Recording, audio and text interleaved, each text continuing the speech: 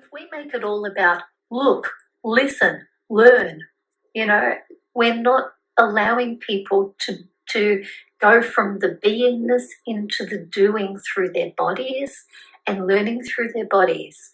That connection between body and mind. Think about how many people you've ever hugged and how many of them have actually been in their body. How many will feel their world, physically feel their world. They'll look, they'll listen, but will they touch anything? Will they really get into that, or are they tentative and very unsure and unable to really experience that world through their bodies, or they've left that behind, or they've been taught don't touch, don't touch, don't touch, don't touch. But we need to make it possible that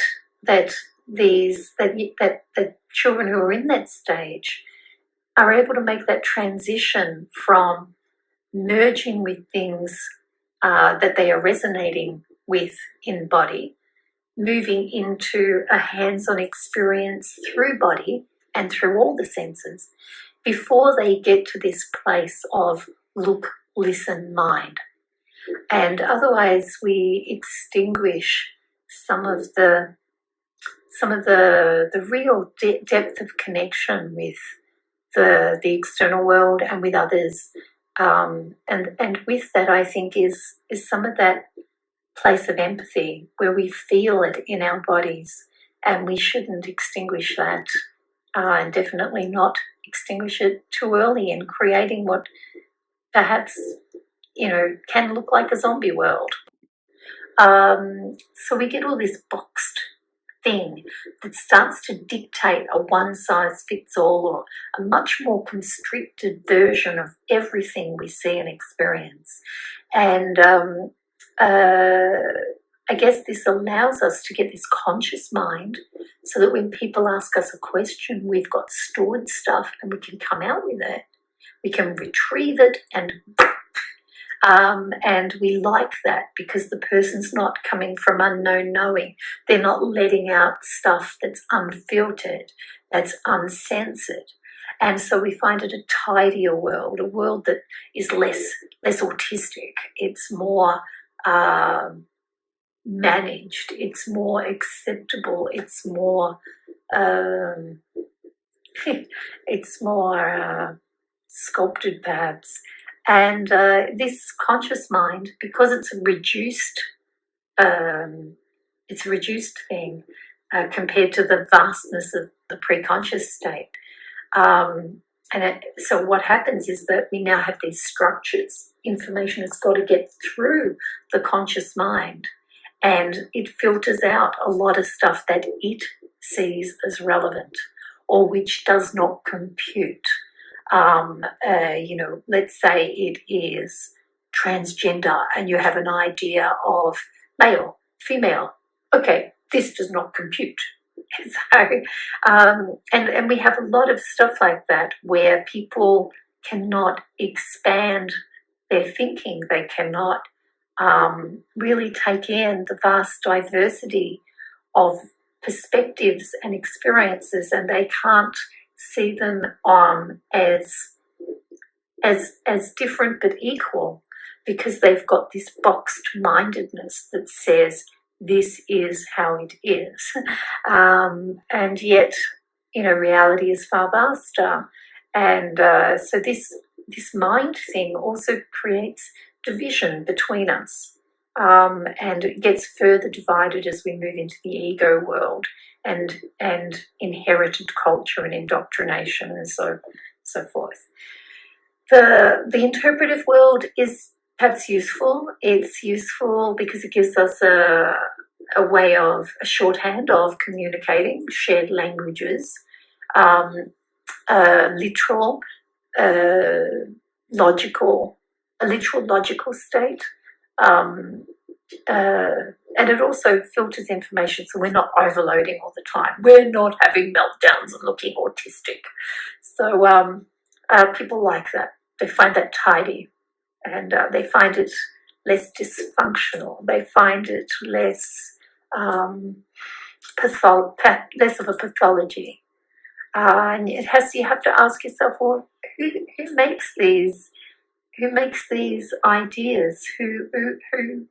Where is this decision of what's normal, what's whatever coming from? And where it's coming from is the next world.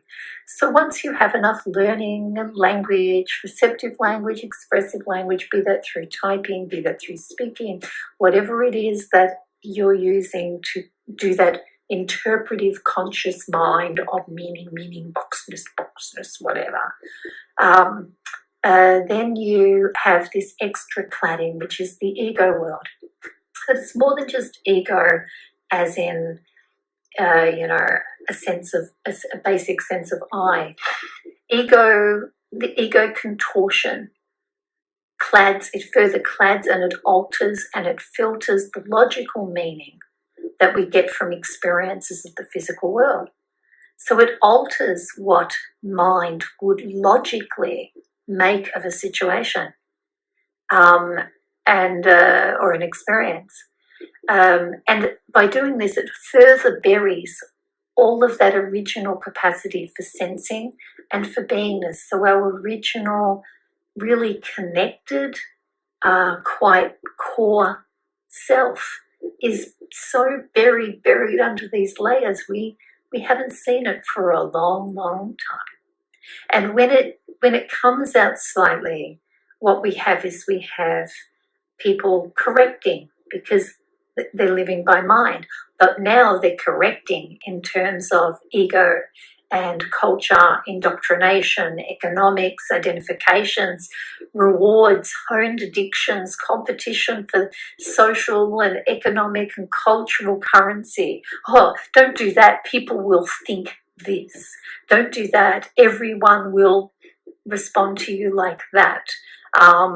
Only this type of person would do this. You want to be popular, don't you? You want to fit in. Don't you want what everybody else would want? But we're all different. We're rebelling. Well, sure, we're all rebelling in the same kind of way. We're all buying our conformist nonconformity from the same shop, so to speak. This ego world is part of where we get, for example, politics, and people who are running the countries are coming from different ego packages that this group of people subscribe to or this group of people subscribe to. And yet these leaders are meant to represent on behalf of all people.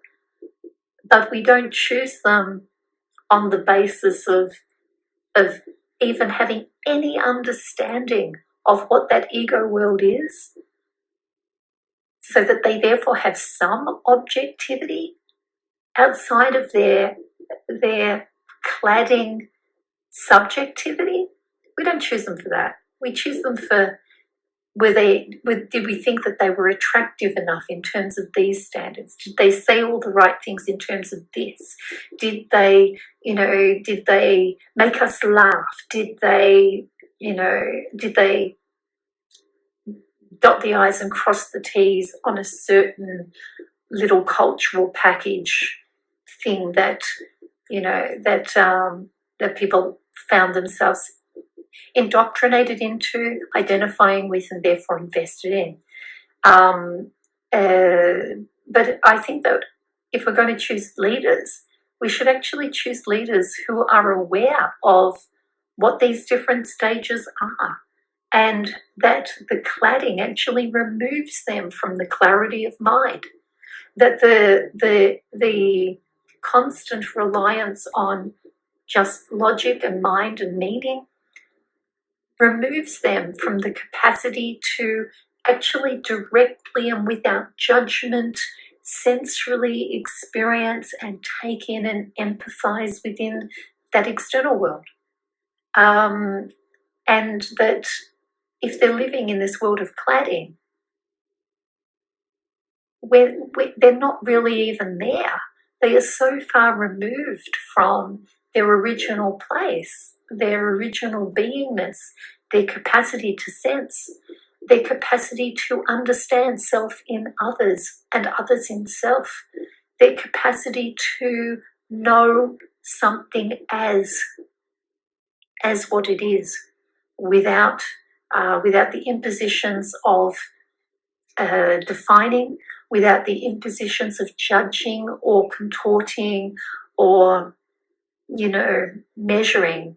And these are the people that we should have representing vast swathes of people, or representing countries within what should be a whole and united world of living things, and the non-living things that they interact with, whether that's the trees, whether that's the environment, whether that's the weather, whether that's animals, whether that's fellow human beings. But because people are indoctrinated into this idea that the ego world is somehow natural and somehow absolutely necessary and somehow a higher state, then we don't look at it that way. We have people who are working with minds, in schools, and instead of appreciating and respecting the hands-on and sensory beingness world that is natural to children, they're very fast in trying to get them straight up into mind, meaning, think, look, listen, learn, because they're on their way to ensuring that they have a secure place within the ego world. And I think that teachers need to nurture the wholeness of the human being and encourage them not to forget and not to undervalue and not leave by the roadside that essential core self that they came from. In that world of cladding, it's so overwhelming. You should be this, you should be that, you shouldn't be this, you should be that, until people have a face for everything and everything for a face, or they have a one-size-fits-all and they're not even in there. So sometimes you see moments of them being in there. Sometimes you'll see some people who have managed to retain themselves as a cohesive human being, who have that core self within there, and it's a really wonderful thing to connect with. But you have a lot of you have people who are coming from that, and they knock up against someone who is just living in mind, has lost all of that beingness. Or you have the person who's just living in the logical mind, interpreting, who is constantly knocking up against the world of the ego-clad people who just see this as aspie. And I just think that if we have better awareness of these systems, and that it's a process, and that once we get to that stage of cladding, we don't have to fully buy it. We don't have to fully identify with it or be fully and forever indoctrinated into it. We can question it. We can question our place within it. We are flexible human beings. We have the capacity to actually make our own lives. We have our capacity to close off, to close out, to look back, to look in, to return, to regain, to reconnect. As long as we have some sense, some map of what that actually means.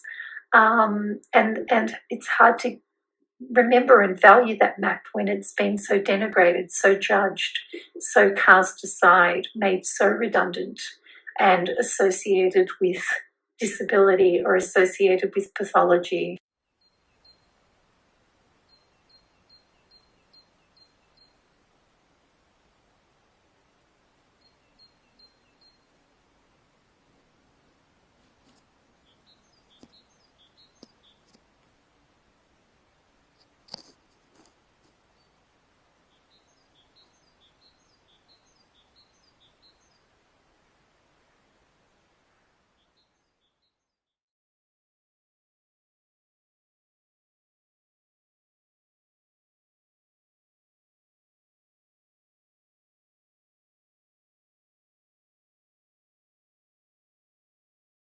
and we're progressively building a society where we pathologize anybody who's not, straight up for all the cladding by the time they're 2 or 3 years old. But that is, in my opinion, a huge ignorance of the process, of the natural process of how human beings mature from their my world into the external world, into the world of mind, and then, if necessary and where necessary, that world of cladding and ego. When I moved out of this place of purely pattern, theme and feel, when I was moving out of a place of merging and self in others and others in self, where to know something, you resonated with it and you felt it within you. And I moved out of this into a place where part of me was now incarnated, if you like, quite in the body. And so there was beginning to be, if you like, this separateness between the my world and the external world, a dialogue, an interplay, and a transition, but a progressive separateness. And this meant I would get up inside of the tree. I didn't stand outside the tree. I didn't yet have enough of that, self and other separateness to stand outside of the tree and experience the tree. I got inside the tree to feel as the tree and putting my face into, the blossoms and of this lemon tree and the buzz of the bees around me and the warmth of the sky and the light that was coming through these shaded green leaves. And it was like a symphony. I felt I was swept up in this symphony of this experience of this thing. And I didn't have a word of trees. I didn't have words like bees or blossoms. Those concepts were not existing. These were sensory experiences, and the emotional reaction that they brought out in me of joy and connection. And I'd get this from wallpaper books, and I'd get this from carpet, and I'd get this from the sparkles in the air, and I'd get this from birds fluttering inside of a bird aviary I'd climbed into, and I'd get this from the sound of gravel under my feet. I think that when we see children who are living like that, we tend to think, either, they're like a fairy, or, are they autistic? Because they have not yet moved into that world of mind and meaning.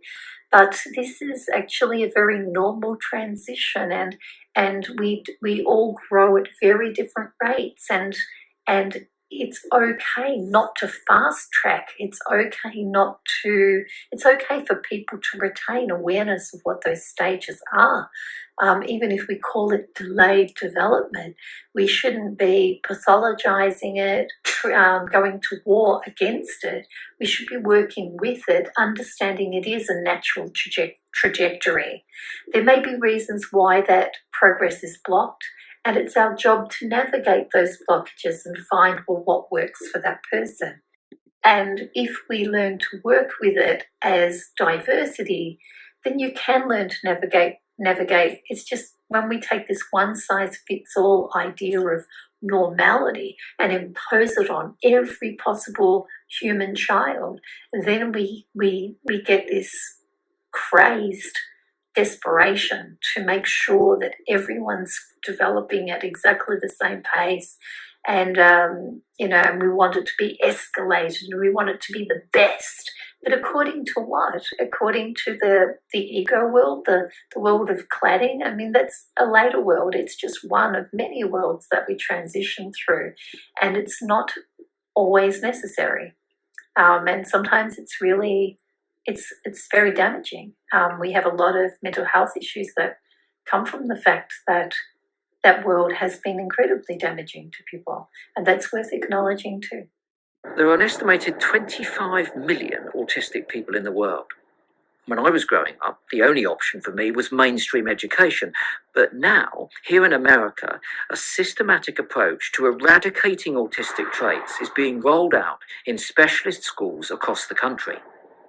Applied Behavioural Analysis, ABA, is now taught in hundreds of specialist schools all over the United States, and I've come to one of the biggest ones. It's an hour outside of Boston. Allie's turn. I'm going to say moo, me, moo. Ryan's turn.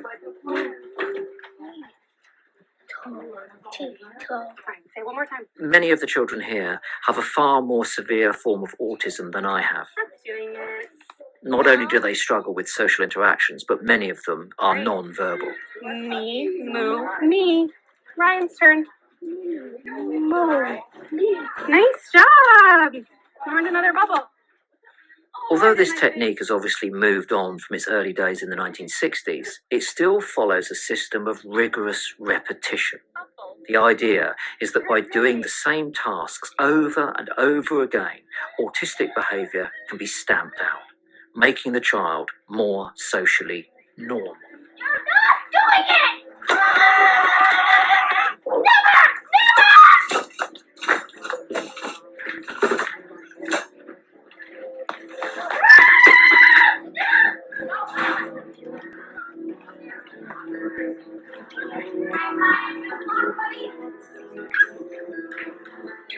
Really uncomfortable. It's just a mass of noise and colour. It's not symmetrical. The stripes all around the walls, the windows aren't in line. You know, everything else is pretty chaos. But it's pretty intense. I think it's going to be a pretty intense day. For me, there's some sort of fundamental questions to be asked about the purpose of this sort of education.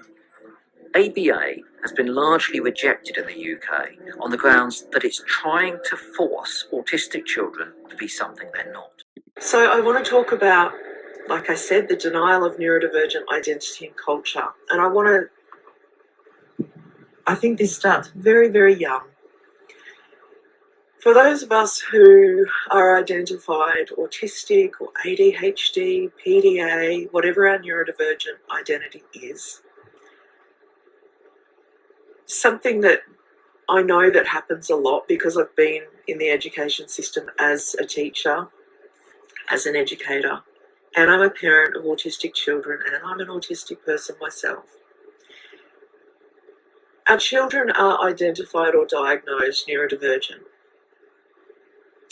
And then, we're given all this information around what that means. What does it mean to be autistic? So let's use autism as an example. Our child is diagnosed autistic or identified autistic. We're told, what that might mean for them, and everybody's going to be different. So we all have different autistic expressions or neurodivergent expressions. So let's say, for example, a child is identified autistic and they have met the criteria against the triad of impairments. Ugh, yucky language. So we know that they're having struggles, maybe in the school system, because their communication is different, because they need to move their bodies to be able to pay attention. They need to be out of their seat and away from their desk intermittently to get that sensory input, to regulate. They need to stim. They might need to rock. They might need to have sensory tools. They might need to not make eye contact so that they can listen. They might need to doodle or draw like I do, like I am now, in order to be able to concentrate. And what happens is, instead, we're given all this information about what it means when our children are identified or diagnosed, and then we go on with the rest of our lives being encouraged to pretend that that never happened, that our children weren't identified as neurodivergent. And people might hear that and go, what? No, we're not. But let me count the ways in which we are. When you have an autistic child in the education system and they being sent home reports or IEPs, or families are receiving phone calls or emails because the child won't sit still in the classroom or won't make eye contact or will only eat certain foods or has sensory processing differences, and that's sold to families as problematic or deficits, then we are pretending a child is not autistic. When there is an expectation for a child, and I'm specifically speaking about children, but I will speak about adulthood in a moment. When we are speaking about autistic children not fitting in or adapting or complying in a classroom or a social environment, then we are denying their identity and culture. We are pretending that they are not autistic if we expect them to be behaving as though they are neuronormative. Which creates complex PTSD, complex post-traumatic stress injury. It's not a disorder, it's an injury. Because your humanity is being devalued. You feel diminished, defeated, worthless, as less than. And then this creates shame or guilt or both. Because according to this neuronormative system, you are dysfunctional. And these violent outbursts, which you can witness occasionally in an autistic meltdown, is nothing else than the fight response.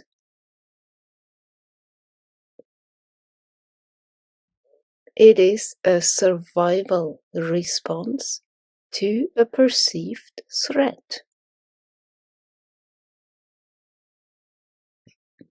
Or, in the worst case, dissociative states under stress, which is the freeze response. It's another survival response to threat, when fight or flight are not possible. The classic image in the animal kingdom is the possum playing dead, but it's not playing. It's just in the freeze state, so it appears unattractive to the predator. In the animal kingdom, usually predators are programmed to not eat dead animals. It's their instinct, so they walk away. And the prey might survive.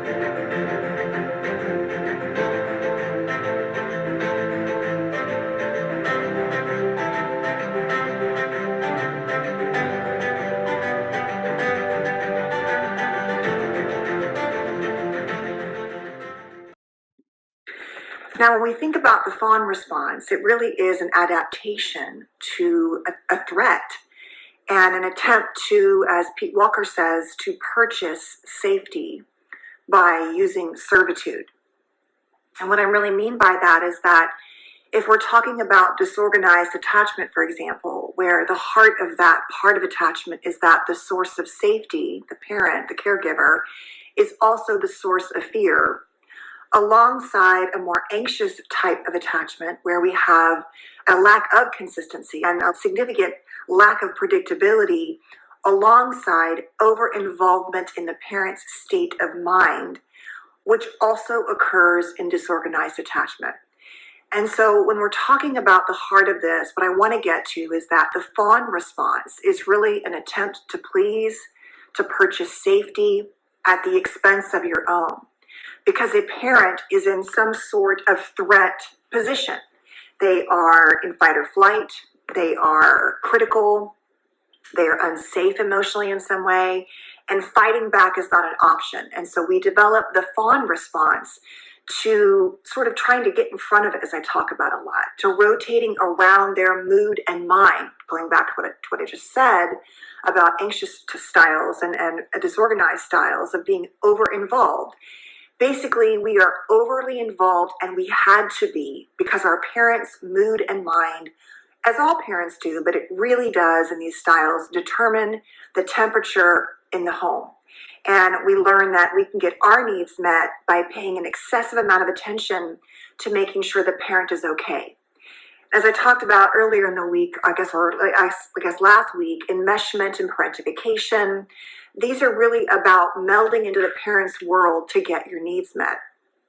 And so that really is what happens, is that this fawn response develops, and we take this into our adult lives, and it becomes the way we deal with all relationships, right? We have this attachment pattern, and then we have that we've been responding to in childhood, and then we have our parents, their body, their mood, their mind as it played out in their own nervous system. And so what we're really talking about here is a way to kind of get our nervous system regulated to calm and soothe the temperature inside of us when the parent's elevating, or when they're being neglectful or shutting us out or collapsing or being wounding. We're trying to manage our own bodies. And the fastest way to do that for many of us, the safest way, the quickest way, the most guaranteed way, was to fawn, was to please and appease that parent or parents or the environment. And so we take this and it becomes the template for our adult lives. So what else does fawning look like? It can look like, as you grow up, an inability to say no, to set boundaries, to even know what your own needs are, because you have compulsively learned that it needs to always be about everyone else first before you can be okay. And when you make it about them, you're calming your own system and you're numbing your own pain, right? If I'm focused on you, then I don't have to pay attention to all of the emptiness, the wounds, the longings, the fears, the hypervigilance in my own body, because I'm trying to regulate that by compulsively caretaking you. It can certainly look like over-apologizing, never saying no, never really having an opinion that seems anywhere near controversial, trying to sort of always be there for others and rescue them. I would say a large majority of those in the helping professions probably have had to have a fawning response. And I would say a high tolerance. One of the things about therapists is that we are able to sit with you and listen to your story and your pain, because most of us already know some form of pain. And we were trained to do that in some way also with a parent. And that can be actually a super skill, I believe, if you're good about working on your own boundaries and getting support, to be able to sit with someone in their darkest, most difficult moments in life, or just their deepest reflections on their goals, their childhood. That to me is beautiful. It does come at a cost, but I also think that in many regards, it's a beautiful skill to have. If it's your job, of course, but if you spend your whole life doing that and it's not your job, you're often sacrificing yourself in the process. And so we might, change our preferences, our needs. We might minimize our own physical pain. And I would argue that many of us have chronic illnesses because we have stuffed and repressed all of the feelings we have in the sake and service of the other, of the parent, and then of the partner, of the children. These are often the kind of parents who will, and there's varying degrees of this, but sacrifice everything for their children, for their partners, and oftentimes it will take a life-threatening illness or something significant to really shine the light on how little attention we have paid to ourselves. I hate the word compliance too. I hate the word resilience. It's like, we wouldn't take, not that I want to compare myself to an animal. Well, I don't mind being compared to an animal because I love animals. We don't take dogs and expect them to be cats or behave like cats and live as cats. And then when they do, we call them resilient. We just don't have that expectation, right? They're all animals, but they're different kinds of animals. Human beings. We're being sold this deficit-based pathology that being neurodivergent means that we're less than, or that we're not quite as, insert whatever word fits, as people who are not neurodivergent. We are a different kind of person. And then the other issue is that where people are claiming to support autistic children, it's against a generic framework. Like professional development for me as an educator was always the same. It was always the same when it came to autistic children. And it was about having a timer, having a routine on the wall, having notes on the board. And there's nothing wrong with those things, but there's a complete dismissal of individualised support when we're coming at it from a generic framework. Not every autistic child is the same. First and foremost, we are individuals. Autism is a word that describes what kind of person we are. And when we take autistic people and we put them in an environment and ask them to not be autistic, then we are denying their right to their identity and culture. And this happens so often because what has been sold to us as a society is that autism is a medical disorder. Anything that is outside of neuronormative has been sold to us as a disorder, a medical disorder, rather than an identity and a culture. And if we could see it in a different way, our supports look very different. Yes, humans are animals. I'm going through this right now, RE school.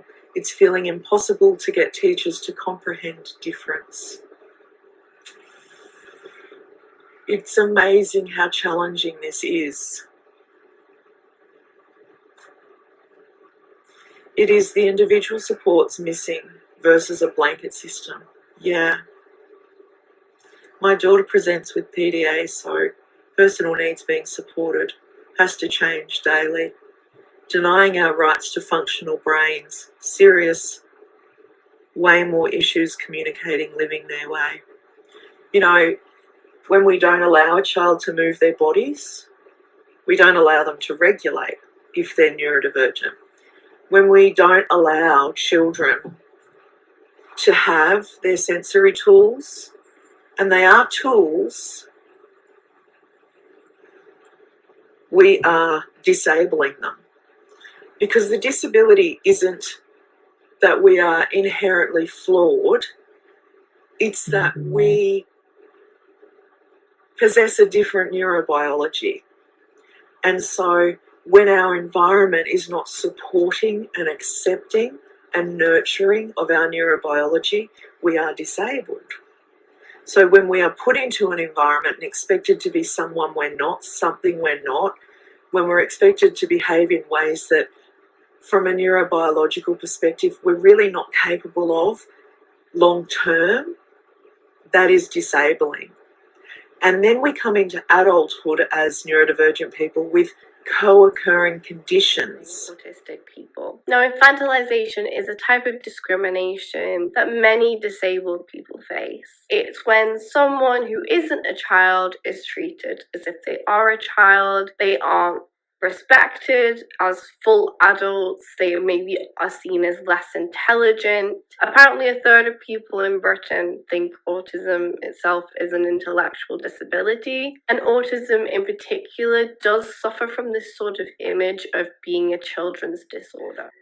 To say I am autistic really embodies my autistic expression. It means that autism is central to my being. It has influence over everything that is me. It influences my thinking, my feeling, my processing, my ideas, my beliefs. My autism influences the food that I choose, the clothes that I wear. It influences the way I sleep. It literally influences every part of who I am and how I live out my life. But identity is really important because for 33 years, I thought that there was something wrong with me. I thought that I was a broken version of a non-autistic person or a second-rate non-autistic person. And I spent my life seeking answers as to why I was so different. I was very good at pretending that I was just like everybody else. I was popular, I was great at socializing on the outside. However, I was an unidentified autistic person, and I internalized my struggles. I internalized my disability. So underneath all of that seeking and searching was somebody who really didn't want to be here, and somebody who didn't know who they were. And can you imagine the internal battle, the struggle between these two worlds that collide?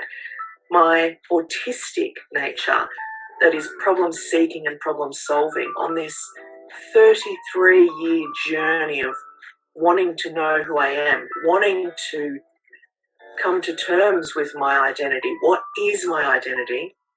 And this other part of me that didn't want there to be anything wrong with me. So I was spending all this time trying to be like everybody else, which is what we call masking in the autistic community. So these two were, clashing all of the time. When I was 33, I was finally diagnosed autistic, and literally every single question I ever had about myself was answered. Every single question.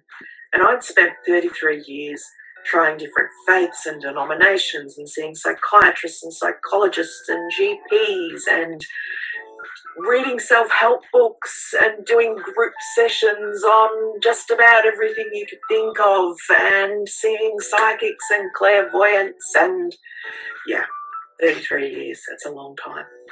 So identity is everything, because that's what took me from thinking there was something wrong with me to understanding who I am.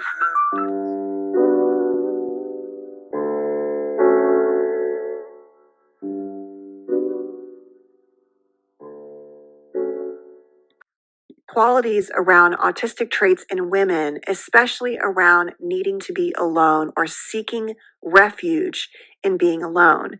And I wanted to understand and share more about why I think that happens. So I found an article based on a paper from someone who is a PhD, I believe, still a PhD candidate in England. And the paper is titled Reacting, Retreating, and I'll link it down below, Regulating and Reconnecting, a summary of findings from Florence Neville from February 2022. So it was basically looking at understanding, and I think there were like 16 people that were surveyed that were autistic, trying to understand why alone time was important for them. And so let's just go through the terms and define that alone time in this paper means three things. Number one, you are by yourself and you will not be interrupted by others. Number two, you are in a space that you feel comfortable in. And number three, you are able to choose what you do in this time and space. And this is what Florence found. Number one, that part of being alone is in response or reacting to social and sensory overwhelm. And this is really important because I think that no matter how you identify on the spectrum, most people have a need for some alone time in some way. And what we really want to do here is start to prioritize it, value it, and stop shaming it, and find ways to create it. So the participants were often overwhelmed by social and sensory input and needing to mask. Remember that masking is really about having to be mindful of really the face, the literal face, the world, the energy you're presenting to the world while you're managing a brain that doesn't necessarily want to engage in the social world or rules that way, right? So you're being mindful of managing the input of sensory stuff. You're being mindful of how you're expressing yourself. So the definitions are this, that social input, managing social input, could be verbal or non-verbal communication. And it says that it wasn't always a problem, but difficult or intense or long periods of being in a social space is often physically and emotionally distressing. The second one is sensory input. This is including things like distracting sounds, bright lights, and uncomfortable temperatures.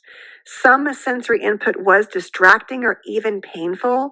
And in social spaces, as I was mentioning in the last video I made, it's really hard to control the input. You cannot control if you're at some event and it smells bad, or you're in an office and now someone's microwaving their food. This was a huge issue for me, and before things changed a few years ago, that I had an office that had an ocean view, but it was near the bathroom and there was a microwave in that area.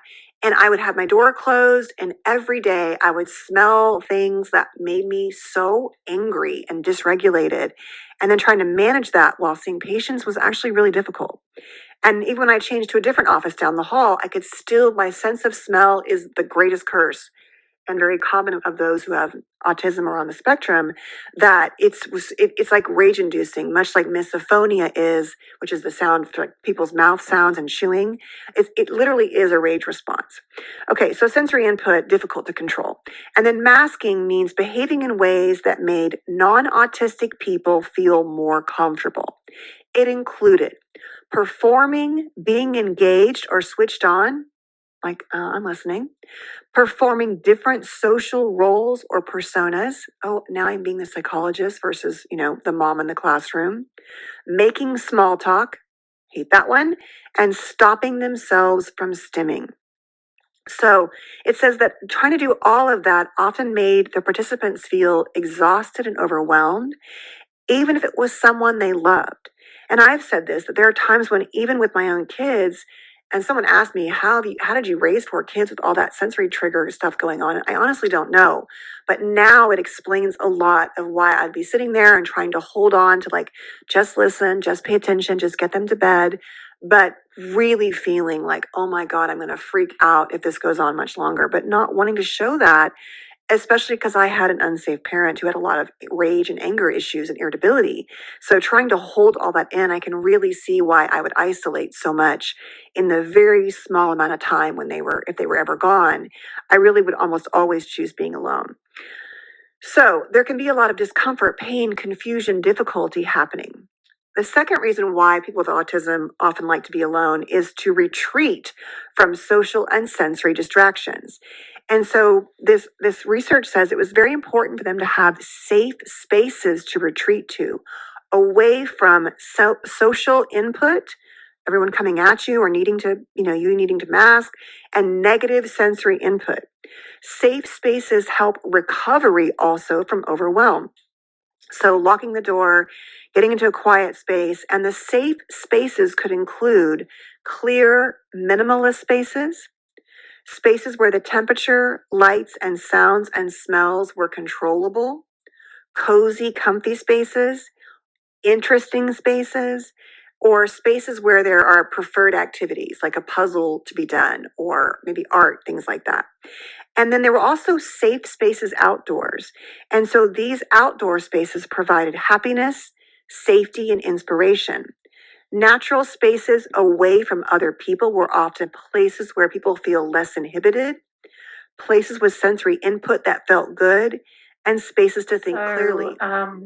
my hope is that the world will become less zombied and more present and more diverse and more aware of and embracing of that diversity, knowing that we all come from very different music of beingness right from the start, and that the cladding is really only cladding, it's just clothes, and we can step out of them, and that mind is just a structure, and we don't have to be a slave to that structure, and that the external world is actually at its very core a sensory world, and it is there to be experienced and engaged with, respectfully. And when I mean respectfully, I mean if you sense the nature of something, you don't just rip it off and grab it and me and mine. That's the world of ego. You interact with it, with that sense of self in others and others in self. And if people could have any idea of what that world is like, and that it's not a going through the motions, it's not a facade, it's not one more piece of cladding, it's not how to look intact, it's a place of realness, and it is our home. It's the home we each came from. It's the home of the soul, and I hope that you find it.